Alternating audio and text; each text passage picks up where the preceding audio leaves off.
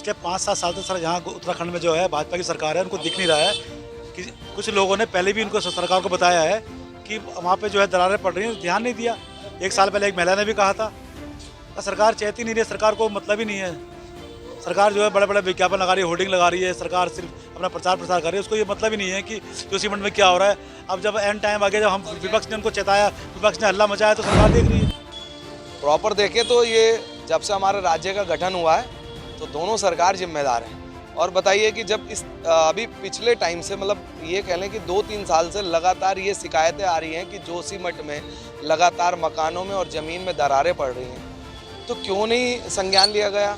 केवल भाजपा, मुख्यमंत्री तो बदल सकती है, लेकिन हमारे जो पब्लिक है, हमारे यहाँ के लोग हैं, इस मातृभूमि हमारे जो इस जोशीमठ कहें पूरे गढ़वाल के जो ये शिकायतें आ रही हैं, और जोशीमठ से ही नहीं अब दूसरे शहर जो हमारे कस्बे हैं वहाँ से भी शिकायतें आ रही हैं, लेकिन सरकार संज्ञान नहीं ले रही है। लेकिन उसे बस भाजपा को ये पता है कि मुख्यमंत्री बदलना है, लेकिन अपने लोगों का जो दुख है उसे नहीं निवारण करना, ना ही लोगों को सही से उसकी सुरक्षा देनी है। सारी सरकारें वहाँ पे जिम्मेदार है। आज जोशीमठ तबाह हो रहा है, उसका सब 600 घर चिन्हित कर दिए गए हैं, टूटने के कगार पे, दरारें पड़ चुकी हैं। खाने के लिए वहाँ लोगों के पास नहीं है, रहने के लिए वहाँ लोगों के पास नहीं है। बहुत ही गंभीर स्थिति उस टाइम जोशीमठ की हो रही है। और मैं तो कहूँगा इतनी देर राज्य सरकार लगा रही है, उसे तुरंत अतिशीघ्र राष्ट्रीय आपदा घोषित करना चाहिए, जिससे कि वहाँ त्वरित लोगों को चीज़ें मिल सके, उनको छत मिल सके, उनको खाने के लिए मिल सके, उनको कपड़े मिल सकें। वैसे वहाँ ठंड पड़ रही है, बर्फ़ पड़ी हुई है, शीतलहर वहाँ जारी है, तो बहुत ही बुरा हाल इस टाइम जोशीमठ का है और उन हजारों लोगों को बचाया जाना बहुत आवश्यक है। मैं तो कहूँगा कि राज्य सरकार और केंद्र सरकार त्वरित इस पर कार्रवाई करें, उसको राष्ट्रीय आपदा घोषित करें, जिससे कि उनको बचाया जा सके। बहुत दुख है कि जोशीमठ के हालात दिन प्रतिदिन जो है बहुत बिगड़ते जा रहे हैं। वहाँ के लोग जो है अपना घर बार, अपना कारोबार छोड़ करके पलायन पर मजबूर हो गए हैं और वहाँ की स्थिति बहुत दयनीय हो गई है। मौजूदा सरकार को जो है उन पीड़ितों का ध्यान रखना चाहिए और प्रत्येक पीड़ित परिवार को कम से कम 5-5 करोड़ रुपए का मुआवजा देना चाहिए, क्योंकि उनके घर जो है बिल्कुल बर्बाद होने वाले हैं, उनकी ज़मीनें बर्बाद होने वाली है, वो वहाँ से पूरा उनका अस्तित्व मिटने वाला है। इसके जो जोशीमठ के जो हालात बने हुए हैं, इसके जिम्मेदार जो है पुरानी कांग्रेस सरकार और वर्तमान भाजपा सरकार दोनों के दोनों बराबर के जिम्मेदार है, क्योंकि 55 साल तक कांग्रेस ने राज किया और वर्तमान में बीजेपी सरकार राज कर रही है। और जो भी वहाँ पे निर्माण कार्य हो रहे हैं वो भी मानकों के विरुद्ध हो रहे हैं और बिल्कुल उनको कोई देखने वाला नहीं है। और जो है जोशीमठ के अंदर जो है उन्होंने जो है जो सुरंग बनाई है वो एक अपने आप में जो है बहुत गंभीर समस्या है वो, और वहाँ सुरंग को जो है नहीं बनने देना चाहिए। के जो हालात हैं वो वाकई में बड़ा दुख का विषय है और जिस तरीके से मीडिया के माध्यम से ही दिखाया जा रहा है कि एक तुगलकी फरमान सा दे दिया कि अब खाली करो, जबकि देखिए जान माल ज़्यादा ज़रूरी है ना, लेकिन कहीं ना कहीं मैं तो साफ बोलूँगा कि कमज़ोर सरकार, कमज़ोर प्रशासन और जो सोच के लोगों ने उत्तराखंड बनाया था, जिस सोच के साथ उत्तराखंड के लिए सोचा था लोगों ने कि एक विकास, वो विकास तो कहीं दिखाई देता नहीं, बल्कि उल्टा जोशीमठ जैसे हालात हो रहे हैं। तो इसके लिए चाहे कोई भी सरकार रही हो, कोई भी नेता रहे हों, ये लोग सब जिम्मेदार हैं।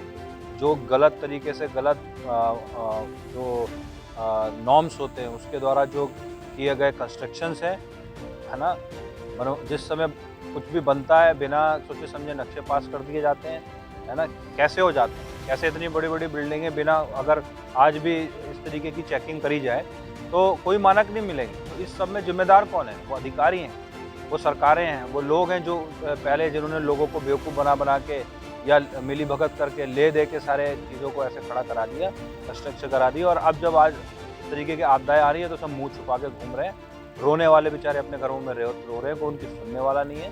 तो इसके लिए जिम्मेदार हैं सरकार भी, जिम्मेदार है प्रशासन भी। जो हिमालय पर्वत है हमारा और जिसमें उत्तराखंड बसा हुआ है, बिल्कुल ही संवेदनशील क्षेत्र है।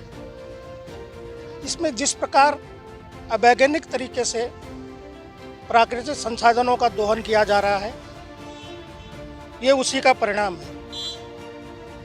चाहे ये पहाड़ियों को कटान हो,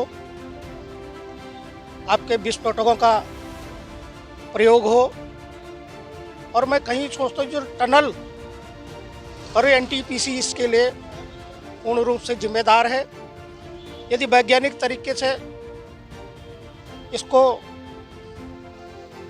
विकास के क्षेत्र में प्रयोग में लाया जाता, मैं सोचता हूँ कि ऐसा संभव नहीं था। ये कहीं ना कहीं सबसे पहले तो जो मौजूदा सरकारें हैं, और जैसा कि अभी हमने देखा कि कहते जोशीमठ में जो इतना बड़ा कहते संकट आया है, ज़मीनें फट गई हैं, लोगों के घर गिर गए हैं, कहीं ना कहीं हम देखते हैं, और ये भी सही बात है कि कहीं ना कहीं सरकारों द्वारा जो इंतज़ाम है वो पूरी तरीके से चौक चौबंद नहीं है, और कहीं ना कहीं इसमें हर जगह सरकारों को दोष देना भी गलत बात है, क्योंकि जब हम एक जगह रह रहे हैं तो हमें अपनी सुरक्षा करना खुद ही हमारा दायित्व बनता है कि हम अपनी सुरक्षा को खुद अंजाम दें, और बढ़ती हुई जनसंख्या को भी मद्देनज़र रखते हुए हम इस विषय पर जो है ध्यान दे सकते हैं कि जो हमारे समाज में, हमारी दुनिया में जो इतनी तादाद से जो है वनों को काटा जा रहा है, और कहते नदियों से खदान हो रहा है, और जो कि अब जो है हर जगह बिल्डिंगें बनती चली जा रही हैं, कहीं ना कहीं ये भी एक प्राकृतिक रूप से आपदा आने का परिणाम है। और जब हमारे देश में, हमारे समाज में, हमारे शहरों में से कोई जंगली सब हम हटा देंगे और हर जगह बिल्डिंगें खड़ी कर देंगे, तो जो हमारा धरती का रखाव है उसमें कहीं ना कहीं जो है उसमें पूरी नहीं हो पाती है। और जब नदियों में से हम खदान पूरा कर लेंगे, हम उनको रोज़ बरोज़ खोदते जाएंगे, और उसके बाद जो है जब हम उनके ऊपर बिल्डिंग्स खड़ी कर लेंगे, तो कहीं ना कहीं जो है हम मानव जाति के लिए ये बहुत ही ज़्यादा ख़तरनाक है। और मैं आपके चैनल के माध्यम से एक चीज़ और भी बताना चाहता हूँ, और समाज को एक बात बोलना चाहता हूँ कि हम हर चीज़ के लिए सरकारों को दोष देते हैं, लेकिन कभी ना कभी हमें अपनी सुरक्षा खुद भी करनी चाहिए। और देखिए, जितना हमारे संज्ञान में है अभी तक, जो मुख्य कारण है ये एनटीपीसी जो टनल बनाई है सरकार की, जो योजना के तहत बन रही है, मुख्य कारण वही है। उसी में ही सरकार द्वारा लापरवाही हुई है, करी गई है कुछ,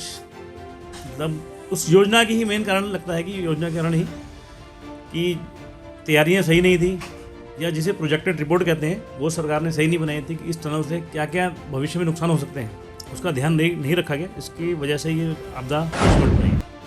देखिए, वर्तमान में जोशीमठ के हालात बेहद ख़राब हैं, और मैं मान रहा हूँ कि जोशीमठ अपना अस्तित्व भी खो रहा है, और इसके लिए मैं पूर्ववर्ती सरकारों से लेकर वर्तमान सरकार को दोषी मानता हूँ। क्योंकि आप ये देखेंगे वहाँ पे इतने बहुमंजिला होटल रिजॉर्ट बन गए हैं जो कि वहाँ के हिसाब से नहीं बनने चाहिए थे। और दूसरा सबसे बड़ा मुख्य कारण वहाँ चल रही योजनाएं, एनटीपीसी और जेपी ग्रुप के द्वारा जो योजनाएं हो रही हैं, उनमें ब्लास्ट के द्वारा पहाड़ों को तोड़ने का काम किया जाता है, जिससे कि पहाड़ दूर तक दरकते हैं, और जिसका नतीजा आज इसके रूप में हमें देखने को मिल रहा है कि जोशीमठ अपने अस्तित्व से और उत्तराखंड के नक्शे से शायद मिटने जा रहा है। इसके लिए सरकार को एक कमेटी गठित करके तत्काल प्रभाव से सारी योजनाओं पर उत्तराखंड में रोक लगानी चाहिए, जिससे कि हम अपने उत्तराखंड को भी बचा सकें, साथ साथ जोशीमठ को भी बचा सकें। देखिए, जोशीमठ जो है कि आदि शंकराचार्य द्वारा स्थापित पहला जो मठ वो जोशीमठ में स्थापित है, जो कि हम लोग देख रहे हैं वो भी दरक रहा है, और संपूर्ण जोशीमठ ही इस मुहाने पे पहुंच चुका है कि कभी भी कुछ भी हादसा हो सकता है। इस पूरे प्रदेश को सरकार ने जो विकसित किया था वो पर्यटन के मानचित्र पे भी आ चुका है, और पर्यटनों का इतना यहाँ आना जाना हो गया है कि विकास के रूप में यहाँ होटल, मॉल्स और रिजॉर्ट वगैरह बन रहे हैं, जो कि इस पूरे जोशीमठ के लिए खतरा बन चुके हैं आज की डेट में। एनटीपीसी की ये परियोजना है जिसमें बड़े बड़े विस्फोट हो रहे हैं, जिससे पहाड़ धीरे धीरे दरक रहा है। और जोशीमठ, ये पूर्व में लोगों का ये कहना है, मिश्रा आयोग का भी कहना है कि एक दलदली ज़मीन पर बसाया हुआ एक शहर है, तो इसके नीचे इस तरीके की बड़ी बड़ी परियोजनाएँ चलेंगी तो उससे आगे भी और नुकसान हम भयानक त्रासदी के रूप में देखेंगे। तो इस पर सरकार को तत्काल रोक लगानी चाहिए, और नए सिरे से इस पूरे जोशीमठ का आकलन करके एक नया शहर बसाना पड़ेगा, ऐसा हमें लगता है। देखो, कुछ जोशीमठ का बहुत महत्व रहा है हमारे उत्तराखंड के लिए, और हम लोग हर साल बद्रीनाथ दर्शन के लिए जाते हैं। जैसे कि वहाँ के पुजारी जी से और वहाँ के प्रसाद बेचने वाले भाई साहब से मेरी बात हुई, उन्होंने कहा जो ये बड़े बड़े कार्य, सड़क कटाव और ये हिमालय का कटाव जो हो रहा है एनटीपीसी के द्वारा या जेपी ग्रुप के द्वारा, रेलवे का निर्माण भी चल रहा है, एक हमारी जो धरती है कब तक सहन करेगी अपने पर बोझ। ये जो इतने बड़े बड़े निर्माण, ये किस विभाग ने इतने बड़े बड़े होटल्स के, जो हमने तो सुना था कि पहाड़ में 2 मंजिला होटल बना सकते हैं, अब जो होटल देखने वाले हैं 4-4 5-5 मंजिला होटल हैं। मतलब मिली भगत, किस विभाग की मिली भगत रही जो वहाँ के स्थानीय निवासियों ने इतने बड़े बड़े होटल खड़े कर दिए। और सीवर लाइन की समस्या वहाँ पर थी, जो सीवर लाइन नहीं है, गड्ढों में से शौच का जो है उसमें रिसाव हो रहा है इतने सालों से, कहीं ना कहीं धरती तो दबेगी ही आज नहीं तो कल। मगर यह कि सरकार को ये देखना चाहिए कि निर्माण कार्यों में जो वहाँ के स्थानीय बिल्डिंग है या स्थानीय जो भी हमारे बने हुए हैं कंस्ट्रक्शन वहाँ के, उस और ध्यान दें कि इस पर कोई फ़र्क ना पड़ता। मगर भूमि कटाव बहुत ज़्यादा हुआ, वहाँ पर बहुत ज़्यादा कार्य हो रहे हैं जो प्लेन में भी नहीं हुए। अनिल जी, जोशीमठ में एक तरह की आपदा जी आई है, क्या मानते हैं कि क्या कारण उसके पीछे रहे हैं? ज़्यादा वही है, ज़्यादा वो छेड़छाड़ की गई है पहाड़ों से, बाईपास निकाला गया है, विष्णु प्रयाग योजना चल रही है। पिछले साल भी उसी की वजह से वहाँ पर जो आपदा आई थी, और उसका मेन कारण वही है, इन योजनाओं को रोका जाए जिस वजह से वहाँ जो है आसानी से रोक रह सके। कुछ जो नवनिर्माण हो रहे हैं उन पर भी रोक लगाई जाए। लोगों ने 1-1 मंजिला मकान बनाए, उसके बाद 2 मंजिला बनाए, तो उस पर थोड़ी सी रोक लगनी चाहिए। यही इसका मेन कारण है। जोशीमठ में जो आपदा आई है, वो जो विकास हो रहा है ना, वो अनलिमिटेड विकास हो रहा है। विकास तो होना चाहिए हमको, लेकिन जो कंक्रीट का विकास हो रहा है उसके कारण ज़्यादा आपदा है। वहाँ पर कंक्रीट का विकास नहीं, पठालों का मकान बनने चाहिए। जो पुरानी जो पद्धति है, पुराने वाले जो मकान है, अभी भी जो पठालों के मकान है वो ढहे नहीं। तो वो जो विकास है, उस विकास को हमको एक नियंत्रित करना पड़ेगा कि हमको किस तरह का विकास है।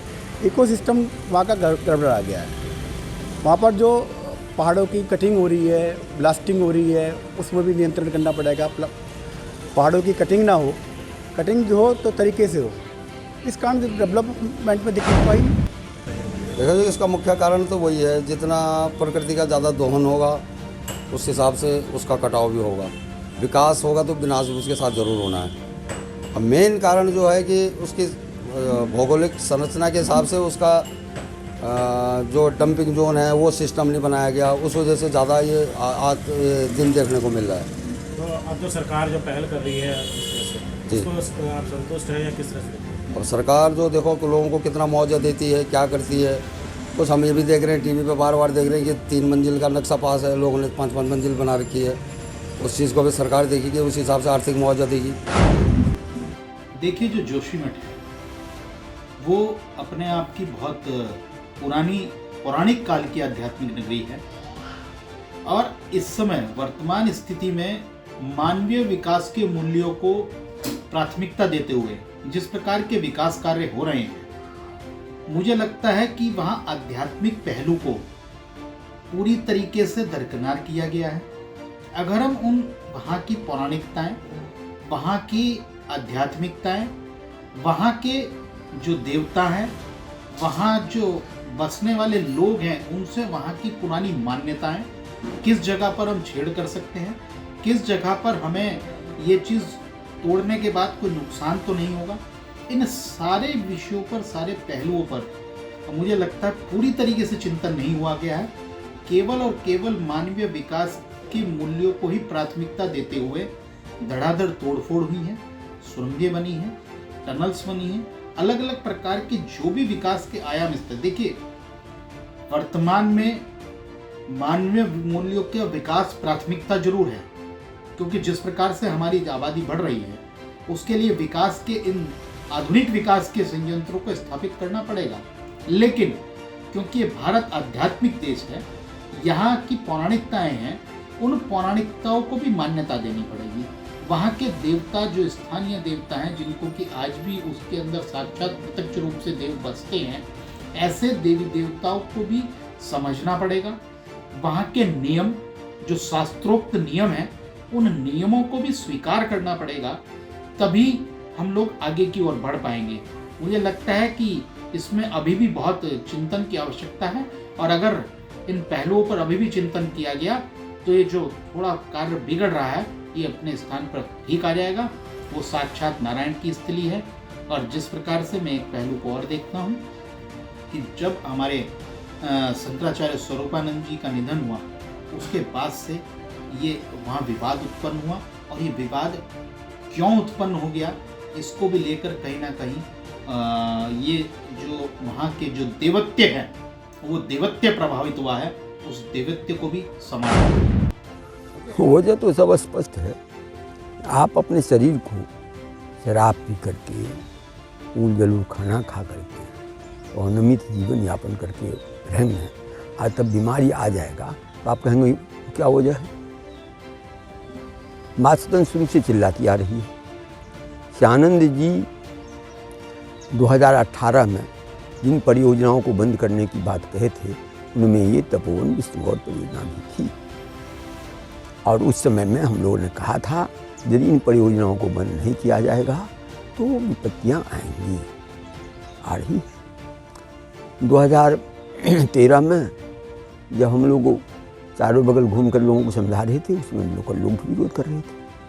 यहाँ तक कि हम लोग को 2013 में टोखरचाली गांव है उसमें गए थे तो परियोजना वाले ने हम लोग गाँव पूरा गाँव ही घेर लिया था, गाड़ी को पंक्चर कर दिया था। कहता था बद्रीनाथ नहीं जाने देंगे क्योंकि हम लोग विकास के विरोधी हैं और ये विकास का समर्थक, और हम लोग कहते थे कि विकास नहीं। श्री अखंड परशुराम अखाड़े के अध्यक्ष पंडित अधीर कौशिक, जो आपदा की स्थिति बनी हुई है जोशीमठ पे वो वास्तव में बड़ी दुखद है। परिवारों का जो हाल देखा जा रहा है वो ग्रहण नहीं हो पा रहा।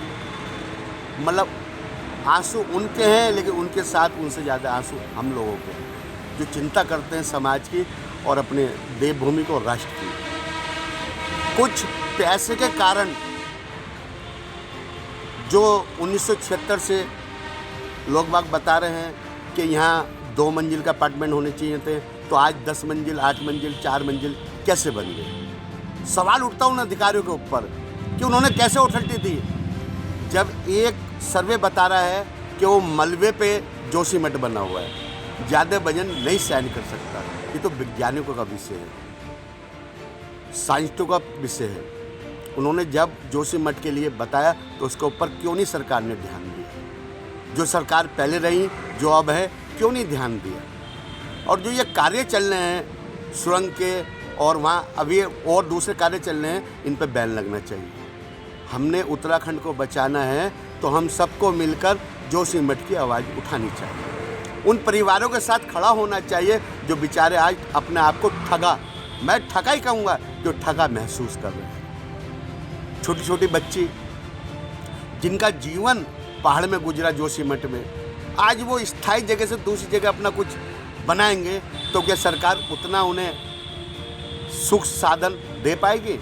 सरकार तो मल्हम लगाने का हमारी बयानवीर बनी हुई है, लेकिन मेरा निवेदन है कि जो स्थानीय विधायक हैं, सांसद हैं, जो वहाँ के प्रधान हैं, ऐसे लोगों के ऊपर कार्रवाई भी होनी चाहिए और सच सामने आना चाहिए किस वजह से ये कारण और ये मकानों में जो दरार पड़ी, जो पहाड़ धस रहा, इसका उजागर होना जरूरी है। लेकिन हमारी जो सबका कर्तव्य भारतवासियों सा जोशीमठ के जितने भी अपने भाई बंधु हैं उनका साथ देना, उनको बचाना और उनको कैसे हम सहायता पहुँचाएँ, वो भी मेरी अपील है।